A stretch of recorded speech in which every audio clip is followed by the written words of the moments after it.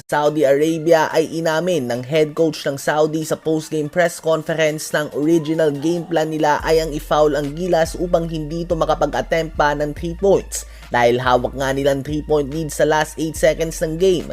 Kung finaul man nga nila ang Gilas ay may 2 free throw attempts lamang ito at babalik pa sa kanila ang bola. Ganun pa man kung sino man nga ang tumatao kay Brownlee ay hindi ito sumunod sa game plan. Ang resulta nga nito ay naidagdag siya ni Brownlee sa highlight reels niya ng mga clutch baskets sa napakadami na sa ngayon.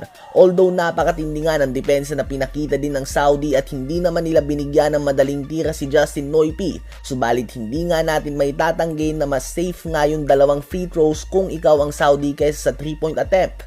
Ganun pa man ay Pilipino nga tayo na sumusuporta sa ating Gilas Pilipinas, kaya naman pabor sa atin ang hindi pagsunod nila sa plano na nagresulta sa kanilang pagkakatalo. Dahil patungo sa overtime ay hawak na nga natin ang